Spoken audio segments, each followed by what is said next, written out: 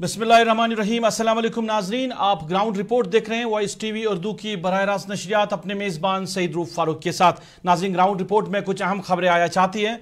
मंशियात को भी लेकर बात करेंगे। आज मीरवाइज ने भी मंशियात के खिलाफ जंग छेड़ने का इशारा दिया है, वाज़ेह पैगाम दिया है श्रीनगर की जामिया मस्जिद से, और इसके साथ साथ हादसात को भी लेकर बात करेंगे। सियासत भी होगी, लेकिन बुलेटिन का आगाज़ करेंगे जम्मू कश्मीर में असम्बली इंतखाबात को लेकर। जम्मू कश्मीर में असम्बली इंतखाबात के लिए इलेक्शन कमीशन ऑफ इंडिया जो है वो जम्मू कश्मीर के दौरे पर आ रही है, और कुछ दिनों के अंदर ही इलेक्शन कमीशन ऑफ इंडिया की टीम जो है वो जम्मू कश्मीर का दौरा करने जा रही है।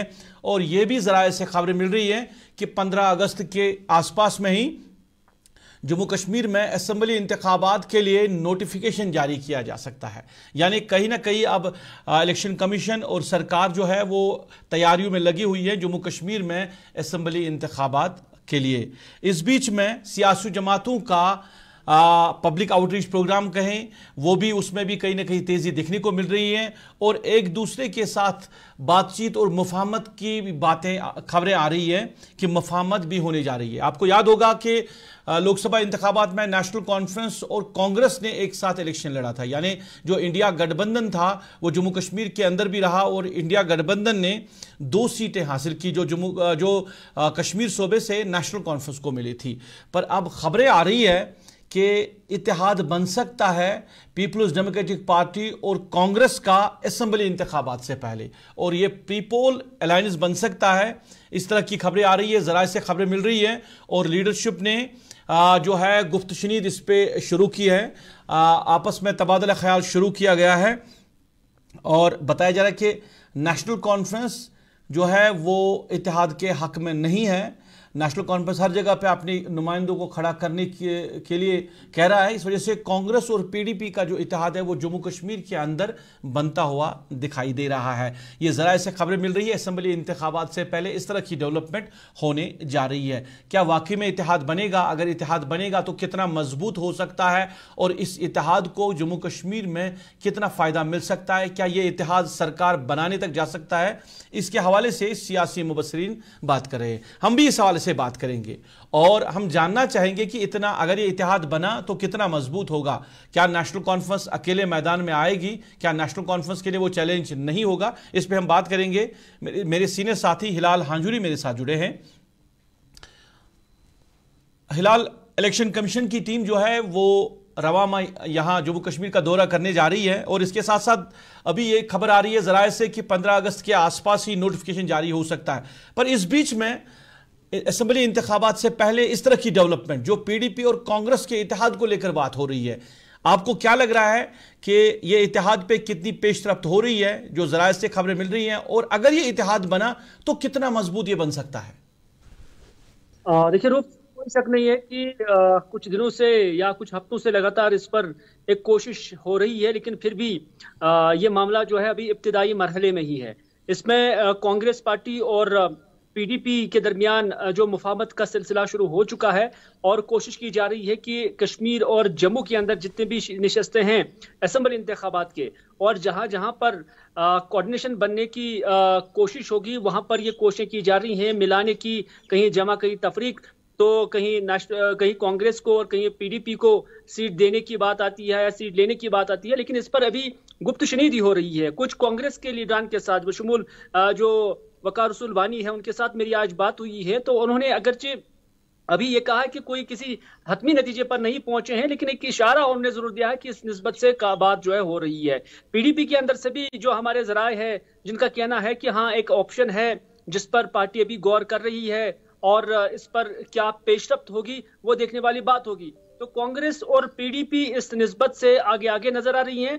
हाँ, इसमें कोई शक नहीं है कि नेशनल कॉन्फ्रेंस पूरी स्टेट के अंदर, चाहे जम्मू हो या कश्मीर हो, और खासतौर पर कश्मीर वादी के अंदर जब हम देखते हैं तो नेशनल कॉन्फ्रेंस का ग्राफ इस एतबार से काफी मजबूत है और मुस्तहकम है, क्योंकि रिसेंटली जो कंक्लूड इलेक्शंस हुए हैं उसमें ज्यादा जो वोट शेयर है वो कश्मीर के अंदर नेशनल कॉन्फ्रेंस ने हासिल किया है, और कश्मीर ही उनका एक बेस्टन जो है वो तस्वुर किया जाता है।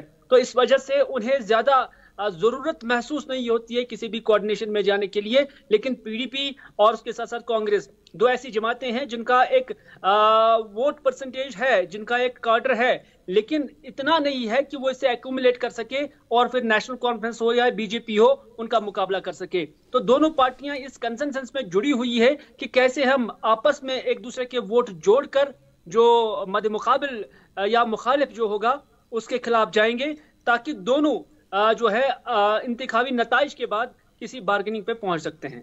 नहीं, आप कह रहे हैं कि नेशनल कॉन्फ्रेंस के मुकाबले में उस लेवल पे नहीं है, तो क्या चैलेंज नहीं होगा असेंबली इंतखाबात में नेशनल कॉन्फ्रेंस के लिए? अगर कांग्रेस और पीडीपी एक साथ आए, बीजेपी अपने तरीके से इलेक्शन लड़े, बाकी जमातें अपने तरीके से लड़ेगी, और अगर एक पेज पे पीडीपी और नेशनल कॉन्फ्रेंस आती है, तो क्या चैलेंजिंग नहीं होगा? हाँ, इसमें कोई शक नहीं है कि एक चैलेंज तो क्रिएट कर सकता है, लेकिन कश्मीर के अंदर जब हम कांग्रेस का ग्राफ देखते हैं तो ज्यादा कुछ है नहीं है, क्योंकि इसमें कुछ निशस्तें ऐसी भी हैं जहां कांग्रेस साल 2014 के इंतखाबात के अंदर जीती हुई थी, लेकिन वहां के जो रिप्रेजेंटेटिव्स थे वो दूसरी जमातों के अंदर चले गए हैं। तो इस तरह से एक डायरेक्ट ग्राफ जो कांग्रेस का वो कश्मीर के अंदर अभी कम नजर आ रहा है। लेकिन जम्मू के अंदर हमने देखा कि पीडीपी का एक ग्राफ था, चाहे राजौरी हो, पुंछ हो, दरहाल हो या दूसरी निशस्तें हो, जहां पर पीडीपी का एक अच्छा खासा वोट बैंक निकला है।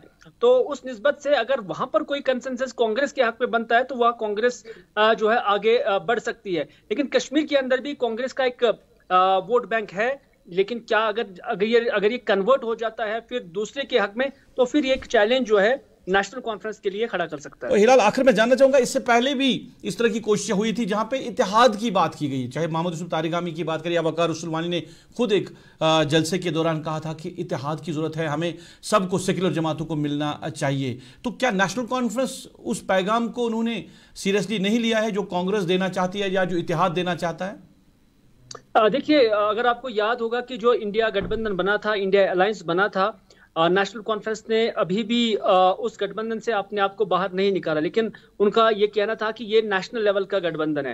लेकिन जम्मू कश्मीर के अंदर अभी नेशनल कॉन्फ्रेंस ने उस निस्बत से जो हम नेशनल कॉन्फ्रेंस, पीडीपी और कांग्रेस का इतिहास बता रहे हैं, उसमें उन्होंने ना ही ना किया है और ना ही हाँ किया है, और ना ही इस निस्बत से कोई अभी बात चली है। लेकिन जो ही नोटिफिकेशन इलेक्शन के हवाले से जारी होता है, ऐसा लग रहा है कि इन बातों को लेकर, चाहे इतिहाद सभी पार्टियों के दरमियान जो पीएजीडी का हिस्सा थी या ऑल पार्टीज के अंदर हिस्सा थी, उनके दरमियान एक और दौर चल सकता है, लेकिन उसमें ऐसा लग रहा है कि शायद नेशनल कॉन्फ्रेंस उसमें ज्यादा सेक्रीफाइस करने के हक में नहीं है, क्योंकि रिसेंटली जो कंक्लूड इंतखाबात हुई है वहां पर नेशनल कॉन्फ्रेंस का एक अच्छा खासा गैप होगा और वो कहीं पर सेक्रीफाइस करने के लिए तैयार भी नहीं होंगे, और जो उनका कार्डर है वो भी उसके लिए तैयार नहीं होंगे। इसी वजह से ऐसा लग रहा है कि नेशनल कॉन्फ्रेंस को माइनस करके जो बाकी पार्टियां हैं वो मिल सकती है, लेकिन क्या ये रिजल्ट ओरिएंटेड अलायंस होगा, उसका अभी इंतजार ही है।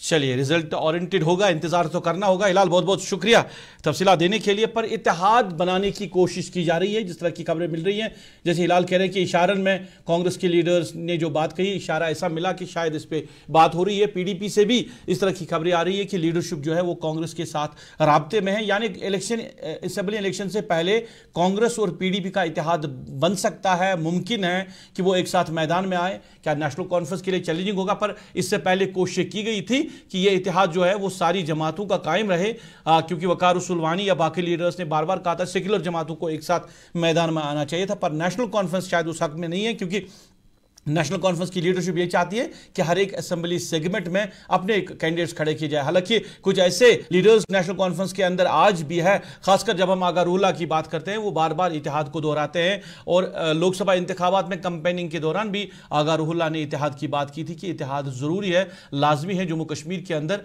आज के मौजूदा हालात में, मौजूदा सूरत हाल में।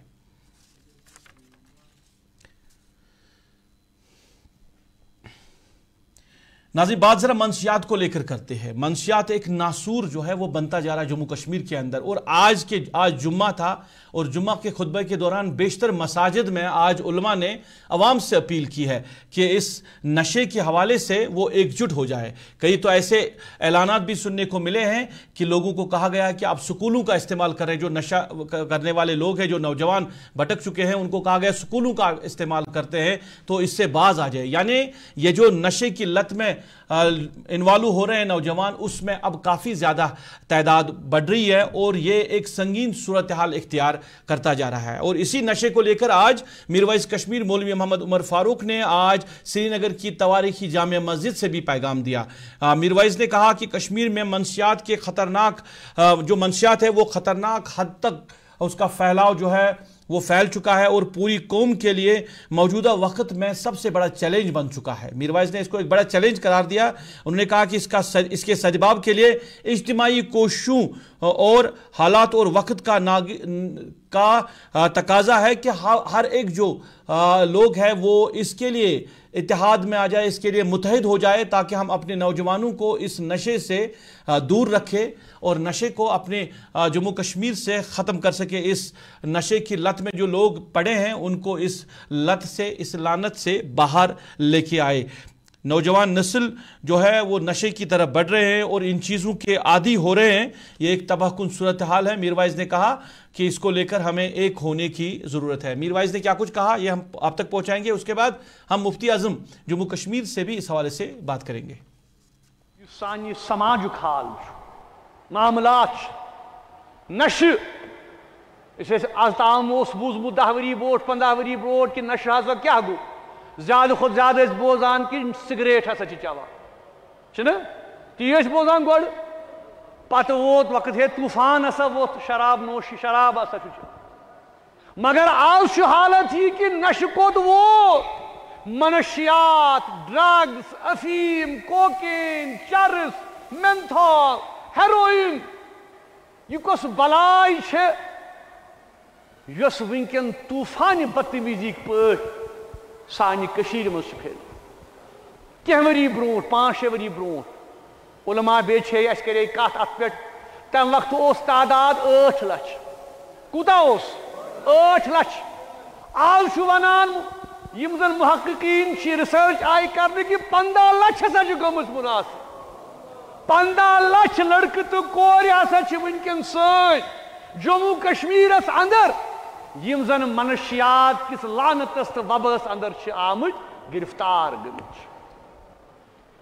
मुसलमानों इस क्या करो मगर अफसोस कि मालिन माजन छन पथी आज क्या हाल सान गरन सान बचन हुन आज हाल यह सुबह मोल तरान काम मोज तरान बचन हुन पथी आसान स्कूलन मज क्या कॉलेजन मज क्या यूनिवर्सिटी गसान इसलिए गोडनिच जिम्मेदारी माली समाज यूत ताम न मोल मोज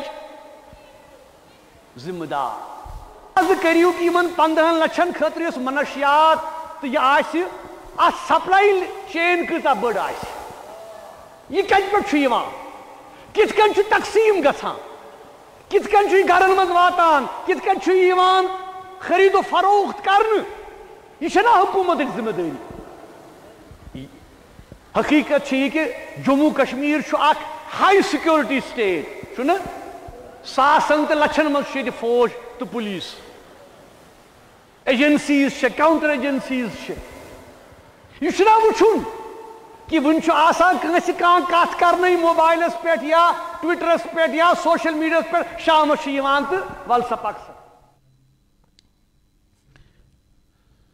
चलिए मीरवाइज ने बात की है आज जामिया मस्जिद के अंदर सरकार पे भी उन्हें जिम्मेदारी आयद की है यहाँ पे जो जम्मू कश्मीर पुलिस है कि ये कैसे यहाँ पे आता है, किस तरह घरों के अंदर पहुँच जाता है। और अगर हम एदाद शुमार की बात करें तो ज़िला बारामूला के अंदर पिछले साल से अभी तक तकरीबन 375 मामला जो है वो दर्ज हुए हैं मंशियात को लेकर।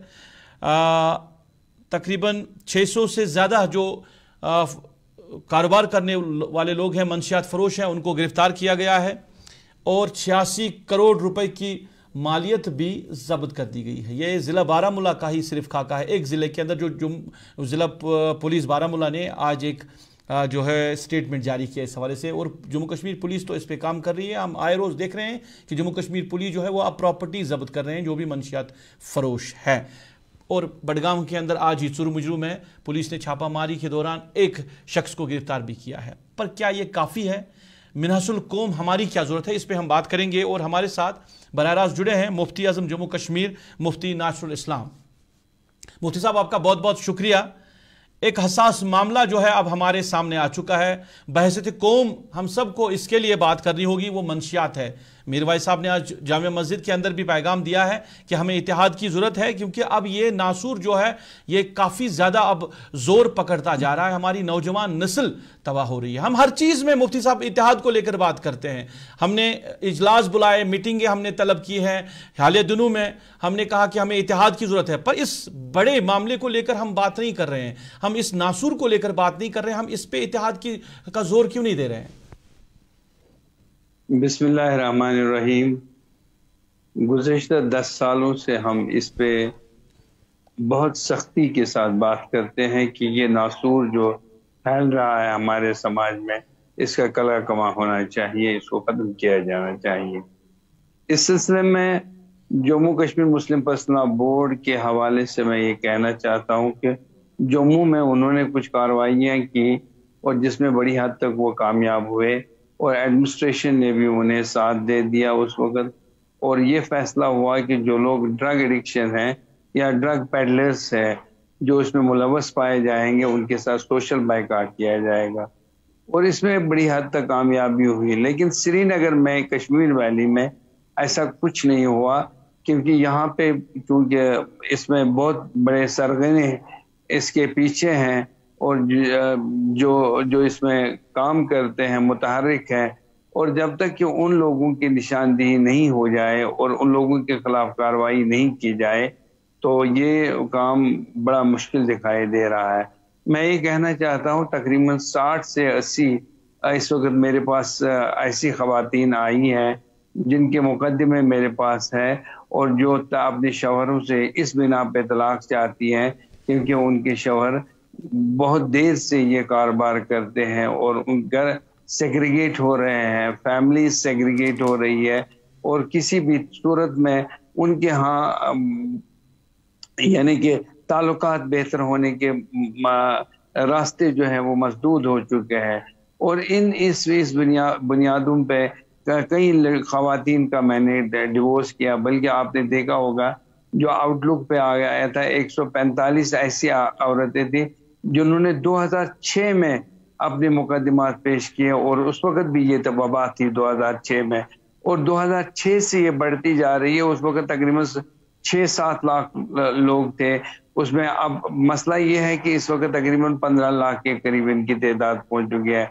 और बदकिस्मती की बात जो मैं आपसे कहना चाहता हूँ कि 15 से 33 साल की खवातीन भी इसमें, लड़के तो शामिल ही है लेकिन खवातीन भी इसमें मुलव्वस है।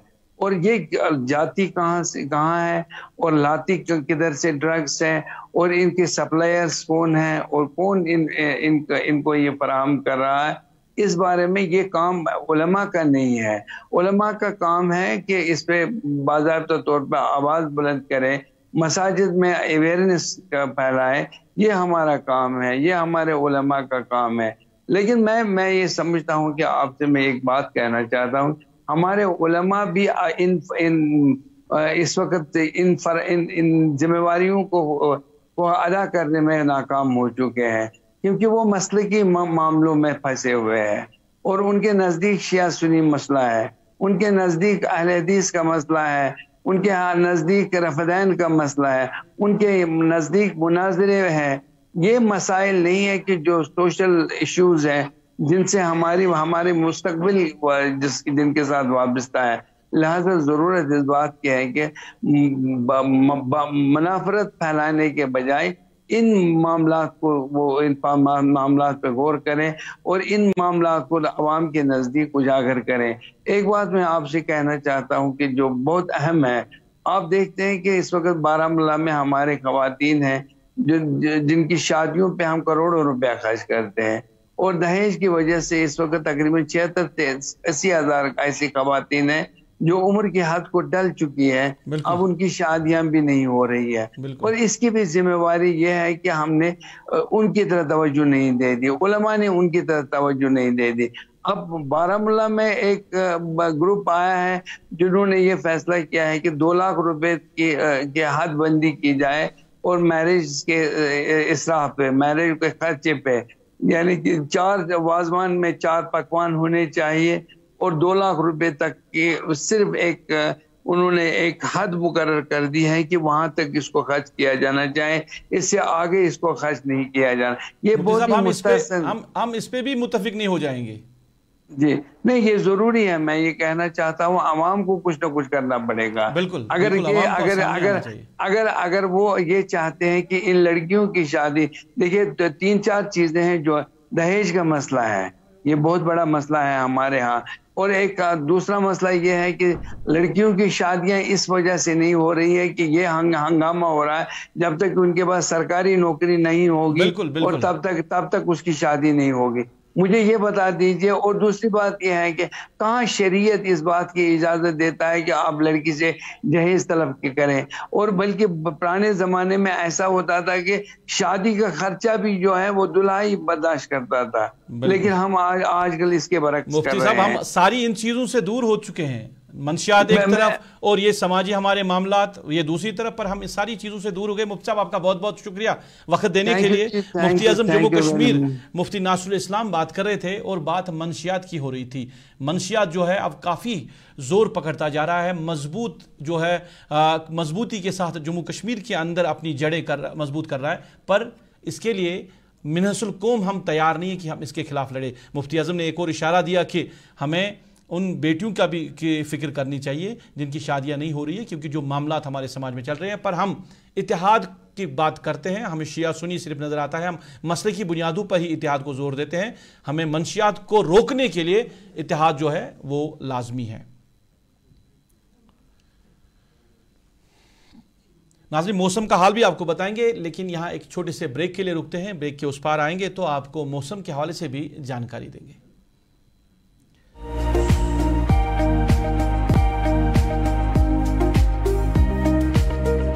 ये ऑटो जो है शोर भी बिल्कुल नहीं है, पोल्यूशन भी कुछ नहीं है, आराम से वो लाइक अ कार सफर इसमें कर सकते हैं और कस्टमर के लिए भी फायदा है और जो ड्राइवर है उसके लिए भी बहुत फायदा है। बैटरी पे सस्ते रेट हम कम पान बैटरी पे स्पीड असल। जो ये पियाजो इलेक्ट्रिक ऑटो है ये सवारियों के लिए बहुत ईजी होता है, ये बेनिफिट बरोबर कंफर्टेबल की वारंटी भी है कंपनी की तरफ से। जो खरीदना चाहे उनको कुछ नहीं है, सिंपल उनको हमारे पास आना है, उनके पास आधार कार्ड पैन कार्ड होना चाहिए। डाउन पेमेंट हमने बहुत कम रखा है, हम उनको फाइनेंस करेंगे, हम उनको पूरा करेंगे, हमारे लोग पूरी मदद करेंगे, उनको ज्यादा से ज्यादा बेरोजगारी दूर करेंगे। Authorised dealer Kashmir motors, Sangrama Sopore, head office Sonwar Srinagar. नाज़रीन, ब्रेक के बाद आपका खैर मकदम। तो वादी कश्मीर के मौसम के हवाले से बात करते हैं तो मौसम की आंख मचोली चल रही है, कहीं बारिशें तो कहीं धूप। और कल के दिन में 35 डिग्री दर्जा हरारत था। हालांकि कई इलाकों में सुबह सुबह बारिशें भी हुई है, पर गर्मी की जो शिद्दत है वो बराबर जारी है। महकमे मौसमियात के डायरेक्टर डॉक्टर मुख्तार ने बात करते हुए कहा आज कि 3 से 5 अगस्त तक बारिशों का सिलसिला हो सकता है और दर्जा हरारत में भी थोड़ी बहुत कमी आ सकती है। और पहाड़ी इलाकों में उन्होंने कहा कि बादल फटने का अंदेशा है, यानी बारिशें होगी पर जो शदीद गर्मी की लपेट में वादी कश्मीर है उसमें अभी कमी देखने को नहीं मिल रही है। डॉक्टर मुख्तार क्या कुछ कह रहे हैं, हम आपकी नज़र कर रहे हैं। एक स्पेल हुआ पूरे जम्मू कश्मीर के अंदर और जम्मू के कुछ एक ज़िलों के अंदर मॉडरेट टू हैवी बारिशें हुई। यहाँ वैली में भी एक अच्छा स्पेल कल मॉर्निंग में देखा गया और इंटरमिटेंटली कल पूरा डे टाइम क्लाउडी था, बारिशें अमूमन रही, कुछ एक जगहों पे इंटेंस शावर्स हुए, फ्लैश फ्लड्स हुए कुछ एक जगहों पे। और आज मौसम थोड़ा सा खुला है, कुछ एक जगहों पे थंडर शावर एक्टिविटी दोपहर के बाद हुई है, तो मौसम अभी थोड़ा सा खुला है। तो आने वाले दिनों में खासकर 3-4 को जो है यहाँ पे फिर से दरमियाना दर्जे की बारिशें हो सकती हैं, कुछ एक जगहों पे इंटेंस शावर्स, और जम्मू डिवीज़न के अंदर मॉडरेट टू हैवी रेनफॉल के चांसेस हैं। और 5 तक जो है यहाँ पे एक्टिविटी मोरलेस थोड़ा ठीक ठाक एक्टिविटी रहने के चांसेस हैं। और उसके बाद खासकर 7 तारीख तक जम्मू डिवीज़न में रहने के चांसेस हैं, बारिशें अमूमन रहेंगे, थंडर शावर एक्टिविटी। और ये जो है खासकर मानसून की बारिशें जब भी होती हैं, कोई कंटिन्यूस रेन नहीं होता, इसमें 2-3-4 घंटे तक बारिशें होती हैं जो इंटेंस होती हैं और उसके बाद जो है बारिशें ख़त्म होती हैं। तो इस टाइप का नाज़रीन, इसके साथ ही अभी तक के ग्राउंड रिपोर्ट में बस इतना ही। आप वॉइस टीवी उर्दू के साथ जुड़े रहे। रिजवान सुल्तान आप तक खबर अब तक पहुंचाएंगे। फिलहाल के लिए अपने मेज़बान को दीजिए इजाज़त। अल्लाह निगहबान।